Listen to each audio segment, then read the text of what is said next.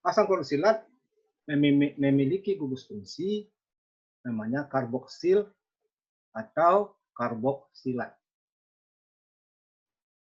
Gugus fungsinya adalah COOH. Kalau dilihat dari tangan yang kosong atom C tinggal satu sebelah kiri, berarti gugus fungsi karboksilat ini kebanyakan terletak di sebelah kanan.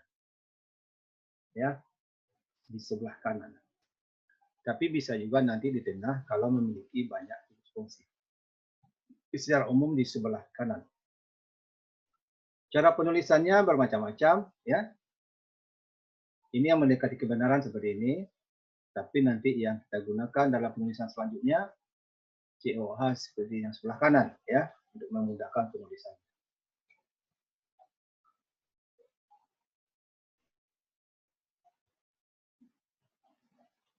Nah, gugus karboksilat itu bisa terikat pada senyawa alipatis jenuh, artinya senyawa alkil yang tidak memiliki kata lengkap.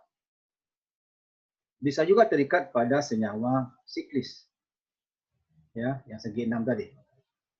Bisa juga terikat pada senyawa alipatis yang tidak jenuh, artinya yang memiliki ikatan rangkap. Bisa juga gugus fungsinya lebih dari satu. Sekarang cara penamaan asam karboksilat secara resmi. Penamaan secara resmi itu ada dua, ya. Kita lihat yang pertama dulu. Ini kalau kita hitung semua atom C-nya, ada 6. Ya, 6. Nah, sesuai dengan namanya adalah asam karboksilat, maka senyawa-senyawa asam karboksilat diberi nama dan diawali dengan kata asam.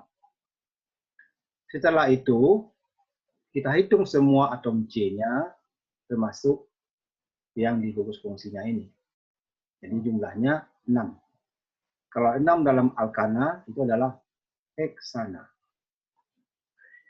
Kemudian ana diganti dengan noat, sehingga menjadi heksanoat. Sehingga nama lengkapnya menjadi asam heksanoat. Ya, asam heksanoat. Itu penamaan yang pertama. Penamaan yang kedua, tetap diawali dengan kata asam, kemudian diikuti dengan rantainya dianggap sebagai alkana, dan gugus fungsinya disebutkan sebagai karboksilat. Nah, kita ulang lagi contoh yang di atas ini. Nah, ini kita bagi dua. Gugus fungsi dan rantai utama. Gugus fungsinya tentu menjadi 5, ya, karena jumlah totalnya 6 menjadi 5. 5 itu adalah pentana. COOH adalah karboksilat. Maka nama lengkapnya asam pentana karboksilat. Jadi kalau dibaca semua di atas, jadi 6 ya, heksanoat. Ya. Jadi kalau dibagi dua seperti ini, berkurang satu hitungan di depannya ini, tapi di belakangnya ada kata karboksilat. Kita ulang lagi biar lebih mantap. Nah, ini.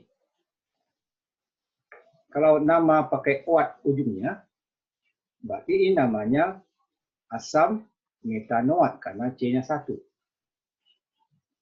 Kalau akhirannya kita buat asam karboksilat, maka namanya asam, karena ini tidak ada lagi C-nya di sini, maka disebut hidrogen. Jadi asam hidrogen karboksilat. Coba ini kita lihat. Nah, ya. Contoh yang kedua. Ini C-nya 2. Berarti ini asam asam etanoat, ya. Asam etanoat. Kalau nama yang satu lagi, ini kita bagi 2. Jadi asam ini dianggap sebagai metana bukan metil, dan COH-nya sebagai karboksilat. Jadi namanya menjadi asam metana karboksilat. Benar ya. Dan asam etanoat. Berikut yang atom C-nya 3. Berarti ini asam propanoat. Kalau penamaan yang satu lagi, asam etana, asam etana karboksilat. Nah, yang berikut C-nya 4. Berarti asam butanoat. Kalau yang nama yang ada karboksilatnya berarti asam propana karboksilat. Nah, ya, cara penamaannya. Sekarang kita lengkapi lagi dengan cabang.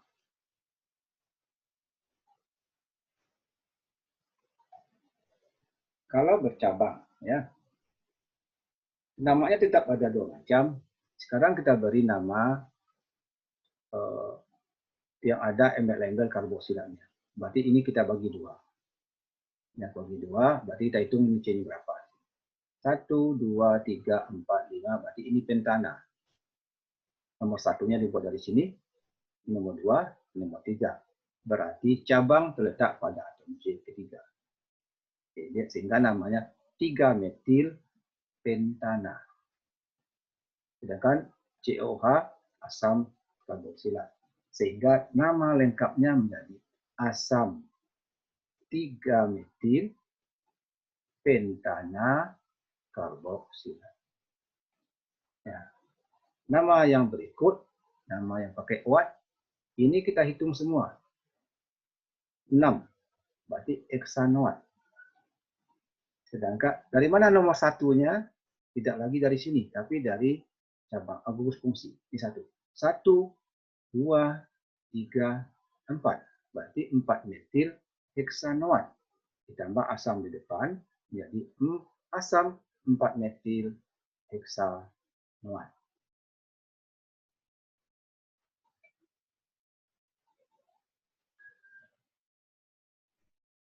Sekarang pembuatan asam karboksilat. Nah, mirip dengan pembuatan keton tadi. Kalau keton dibuat dari alkohol sekunder, kalau asam karboksilat dibuat dari alkohol primer. Nah, kelebihan dari pembuatan asam karboksilat ini bisa dilakukan 2 cara. Yang pertama, menggunakan oksidator kuat.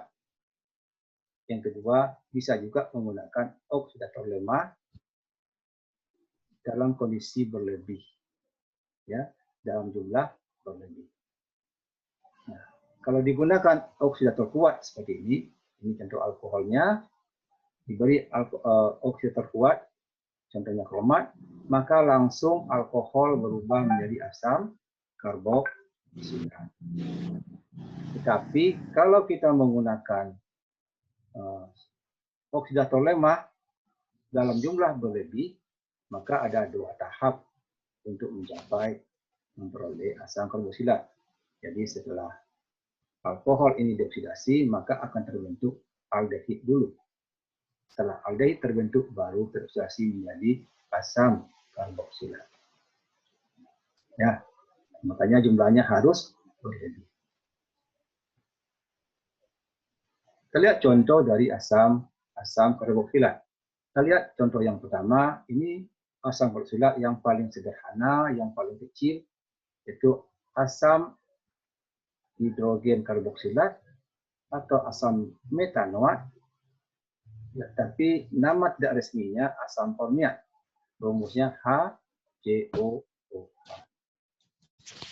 Formiat itu asalnya semut, maka masyarakat sering juga menyebut ini asam semut. Ya, asam semut ini banyak digunakan untuk menggumpalkan latek karet, ya.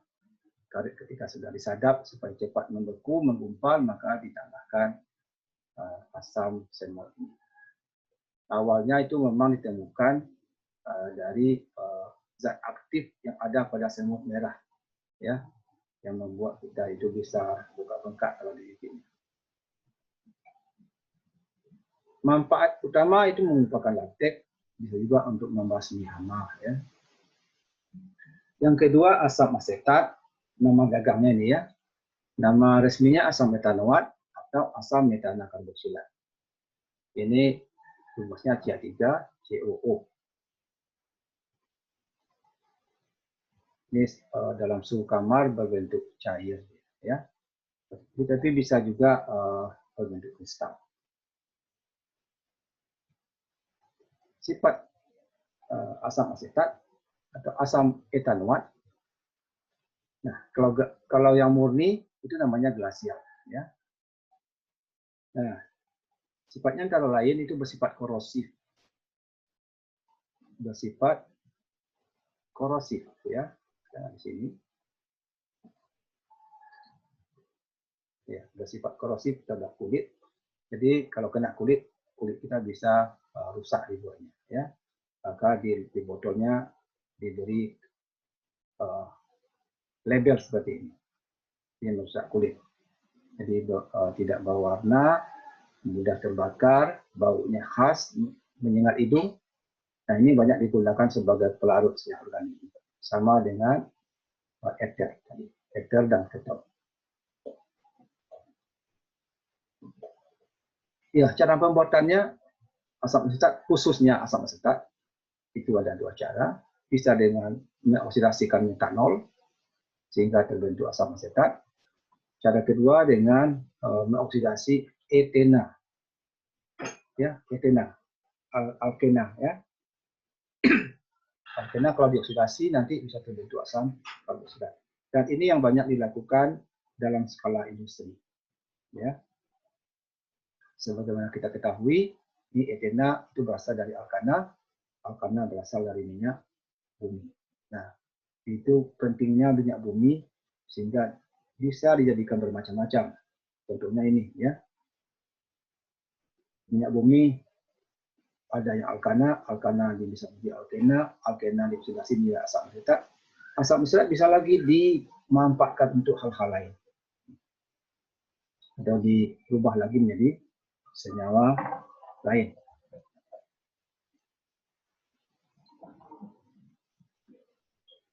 Cuka, tentu Anda sudah sangat familiar dengan nama cuka. Cuka itu adalah asam asetat tadi atau asam etanoat dengan konsentrasi 3-6%. Berarti asam etanoat yang di lab itu cuka juga. Benar. Tapi konsentrasinya tinggi, jadi tidak boleh dikonsumsi. Yang bisa dikonsumsi untuk makanan konsentrasinya hanya 3-6% saja. Kalau yang di dalam lab, jangankan itu dikonsumsi, dicium saja tidak boleh. Nah, kalau cuka untuk konsumsi itu dibuat dari fermentasi. Ini kelanjutan dari terbentuknya etanol, ya, atau alkohol. Jadi ketika orang membuat alkohol dengan cara fermentasi, sudah kita bahas minggu lalu, kalau fermentasi yang dilanjutkan, maka alkohol tersebut bisa berubah menjadi dioksidasi lagi menjadi asam asetat atau asam cuka.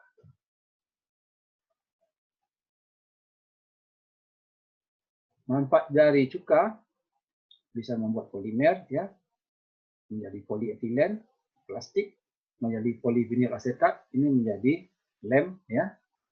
Kemudian dalam makanan banyak digunakan untuk mengatur keasaman makanan. Jadi misalnya makanan misalnya pempek, ya, itu kan jangan beri cuka, ya, atau makanan-makanan yang lain. Ini contoh asam karboksilat yang memiliki dua guru fungsi, ya, namanya asam oksalat. Ini korosif juga dan bersifat racun dan termasuk asam kuat. Dan ini terdapat di dalam tanaman seperti bayam. Ya. Nah, bagi penderita gangguan ginjal, biasanya ini dokter melarang orang tersebut mengkonsumsi sayur bayam karena mengandung oksalat ini. Oksalat ini bisa mengendap di ginjal, ya, membuat batu ginjal. Bisa juga digunakan sebagai penghilang karat dan pembuat zat warna. Jadi banyak digunakan untuk bahan membuat cat. Berikut asam tartarat. Nah, ini yang aman dikonsumsi. Asam tartarat ini sifatnya, ya, banyak terdapat dalam buah-buahan, berarti aromanya harum, enak. Nah, banyak digunakan untuk minuman, makanan. Ini gunanya juga apa? Ya, pada kondisi tertentu pada dahulu sebelum teknik digital ditemukan, orang mencetak foto itu pakai ada memerlukan asam tartarat. Kemudian dicampurkan juga kepada bahan untuk membuat keramik dan juga menjadi bahan untuk memproduksi kulit, penyamakan kulit. Nah, yang paling banyak digunakan lagi adalah digunakan sebagai pengembang, ya, lebih dikenal dengan nama baking powder atau soda kulit. Berikut asam benzoat. Ini asam oksalat, asam karboksilat yang terikat pada senyawa benzen. Ya. Nah, ini fungsinya sebagai pengawet makanan. Pengawet makanan. Nah, kalau coba Anda perhatikan nanti kalau Anda beli jus, beli kue-kue kering yang buatan pabrik, lihat komposisinya, biasanya ada tertulis di situ sodium benzoat. Jadi sodium benzoat itu termasuk asam benzoat, mana hanya sudah diganti dengan Na. Nah, itu fungsinya di situ sebagai pengawet. Nah, ini beberapa contoh asam karboksilat yang terikat pada senyawa tidak jenuh. Nah, ini kebanyakan berbentuk lemak dan minyak. Bedanya minyak dengan lemak adalah minyak cair pada suhu kamar, sedangkan lemak beku pada suhu kamar. Lihat contoh ini, asam oleat ini selalu ditambahkan pada sabun mandi supaya lebih lembut. Kemudian ini asam linolenat ini ditambahkan pada cat minyak, ya, cat minyak, cat kayu. Kemudian risonolenat ini terdapat pada buah pohon jarak, ya, getah pohon jarak. Ini banyak digunakan untuk kosmetik dan obat-obatan.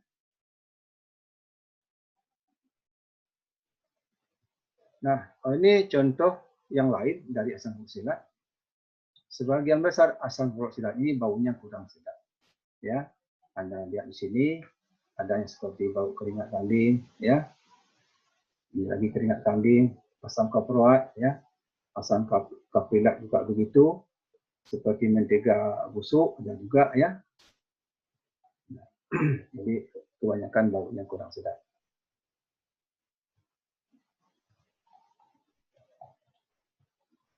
Oke, itu tentang